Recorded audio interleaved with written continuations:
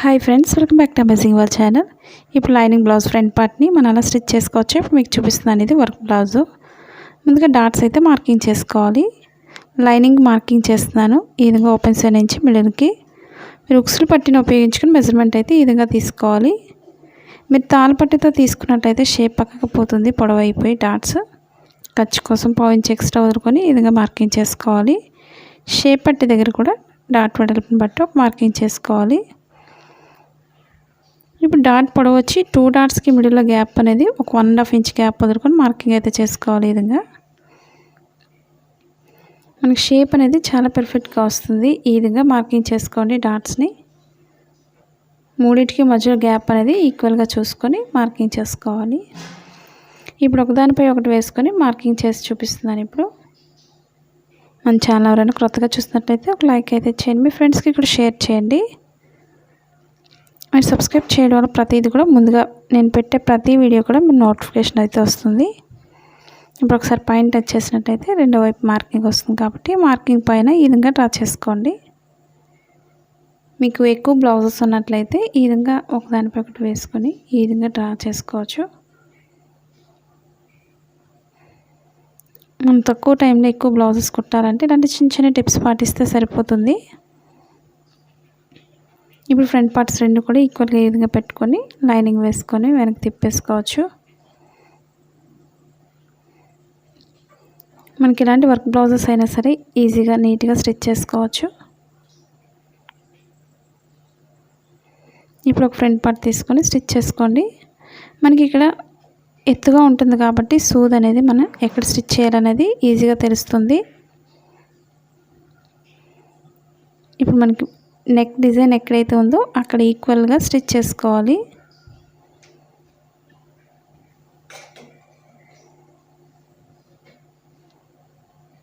ఎత్తు అనేది మనం చూసుకుంటూ ఈ విధంగా స్టిచ్ చేసుకోగలిగితే చాలా నీట్గా ఉంటుంది. కొత్తగా నేర్చుకునే వాళ్ళకి ఇలాంటి చిన్న చిన్న టిప్స్ తెలియదు కాబట్టి మీకు చూపిస్తున్నాను. ఈ విధంగా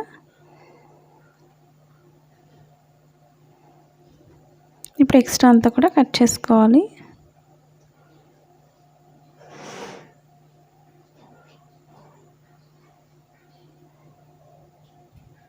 ఇప్పుడు చుట్టూరు కాట్ పెట్టడం వల్ల ఈజీగా నెక్ అనేది ఏ నెక్ అయినా సరే నీట్గా వెనక్కి తిరుగుతుంది. ఇప్పుడు డిజైన్ చేసినప్పుడు పేపర్ని యాడ్ చేసి ఇస్తారు కాబట్టి ఆ పేపర్ని కట్ చేసుకోవాలి.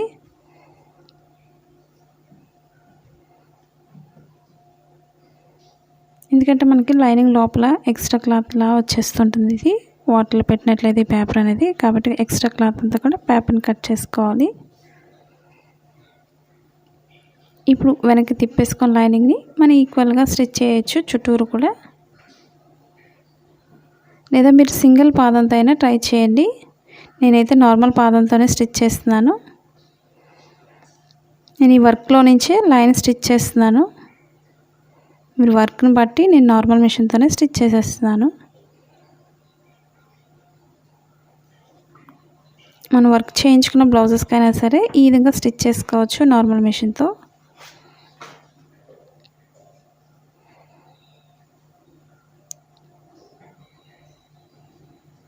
ఇప్పుడు చుట్టూరు కూడా స్టిచ్ చేసుకోండి. మన నెక్ దగ్గర అయితే స్టిచ్ అవసరం లేదు. ఫోల్డింగ్స్ లేకుండా చూసుకుంటూ ఈ విధంగా నీట్గా స్టిచ్ చేసుకోవాలి.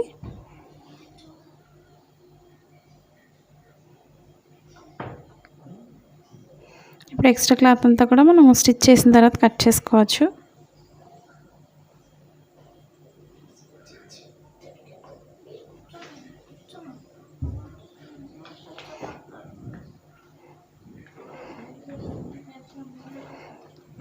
ఇప్పుడు ఎక్స్ట్రా క్లాత్ అంటే చుట్టూరు కూడా కట్ చేసుకొని డాట్స్ అయితే వేసుకోవాలి. మనకి నెక్ దగ్గర పర్ఫెక్ట్గా వచ్చిందేదో ముందు చెక్ చేసుకోండి. ఇప్పుడు ఎక్స్ట్రా క్లాత్ అంతా కూడా కట్ చేస్తున్నాను. మీకు ఎటువంటి డౌట్స్ లేకుండా అర్థమవుతుందని అనుకుంటున్నాను. డౌట్స్ ఉన్నట్లయితే కామెంట్ సెక్షన్లో కామెంట్ తెలియచేయండి. ఇప్పుడు డాట్స్ అయితే వేసుకోవాలి.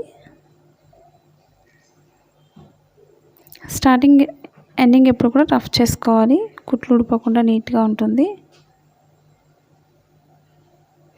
లేదా డబుల్ లైన్ స్టిచ్ చేసుకోవాలి.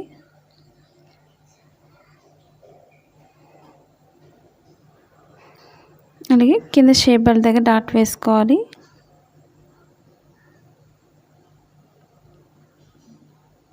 ఎండింగ్ రఫ్ చేస్తున్నాను.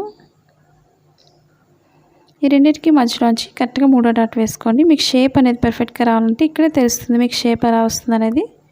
కరెక్ట్గా చూసుకొని షేప్ దగ్గర స్టిచ్ చేసుకోండి 3వ డాట్ని. మీరు చూస్తున్నారు కదండి ఇప్పుడు షేప్ ఎంత పర్ఫెక్ట్గా వచ్చిందో.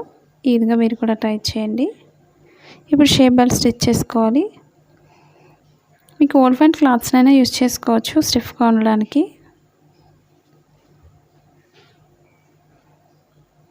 మెయిన్ క్లాత్ అనేది ఒకటి ఉంటే సరిపోతుంది.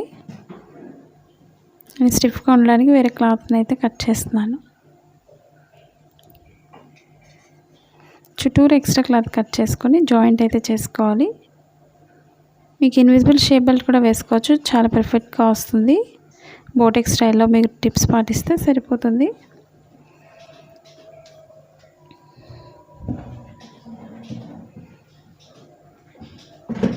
ఇప్పుడు ఎక్స్ట్రా క్లాత్స్ అన్నీ కూడా ఈ విధంగా వేసుకొని పైనుంచి ఈక్వల్గా స్టిచ్ చేసుకోండి.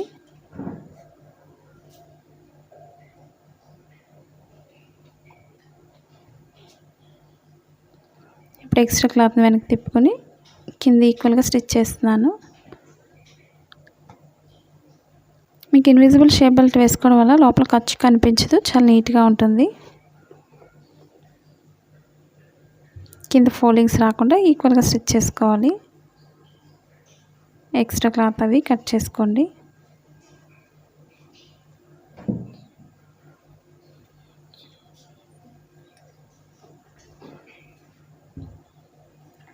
ఇప్పుడు రెండు కూడా ఈ విధంగా చూసుకొని ఎక్స్ట్రా క్లాత్ అంతా కూడా సింగిల్ లేయర్ మీద స్టిచ్ చేస్తున్నాను. ఎక్స్ట్రా క్లాత్ని లోపల ఫోల్డ్ చేసుకొని స్టిచ్ చేసుకోవచ్చు. కింద డాట్ ఎప్పుడు కూడా కోన్ షేప్లో ఫోల్డ్ చేసుకొని స్టిచ్ చేసుకోవాలి.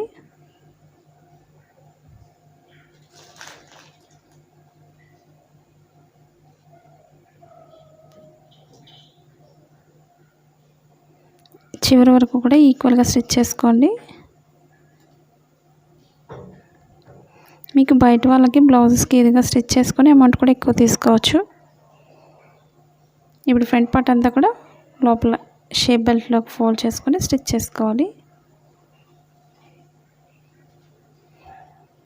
మనకి క్లాత్ అంతా కూడా స్టిచ్ అయిపోతుంటుంది కాబట్టి లోపల ఫోల్డ్ చేసుకుంటూ స్టిచ్ చేసుకోండి.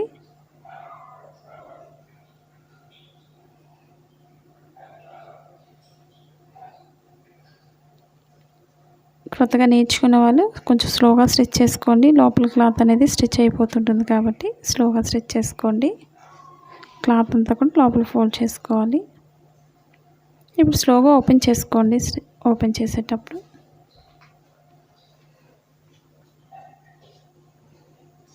మనకి ఖర్చు అయితే కనిపించదు, చాలా పర్ఫెక్ట్గా ఉంటుంది బ్లౌజ్ అనేది.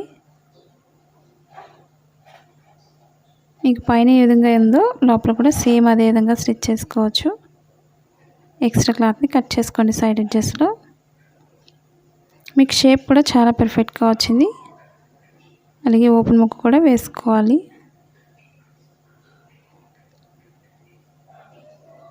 మీకు షేప్ బెల్ట్ వేసిన తర్వాత ఒకసారి చెక్ చేసుకోండి. ఓపెన్ సైడ్ పొడవు అవుతుందో పొట్టుగా ఉందో ఒకసారి చూసుకోవాలి. మీకు ఒకవేళ పొడవు అయింది ఫ్రంట్ పార్ట్లో అనుకున్నట్లయితే ఓపెన్ సైడ్ మిడిల్ డాట్ దగ్గర కొంచెం వెడల్పు అయితే వేసుకోవచ్చు. ఎందుకంటే షేప్ బెల్ట్ దగ్గర కట్ చేయకూడదు, అలాగే నెక్ దగ్గర కూడా కట్ చేయకూడదు. ఈ వీడియో మీకు నచ్చిందని అనుకుంటున్నాను. నచ్చినట్లయితే ఒక లైక్ అయితే చేయండి, మీ ఫ్రెండ్స్కి కూడా షేర్ చేయండి. ఇంతవరకు సబ్స్క్రైబ్ చేయకపోయినట్లయితే సబ్స్క్రైబ్ చేసుకోండి. మన kitchen and fashion design short channel కూడా సబ్స్క్రైబ్ చేసుకోండి. Thanks for watching.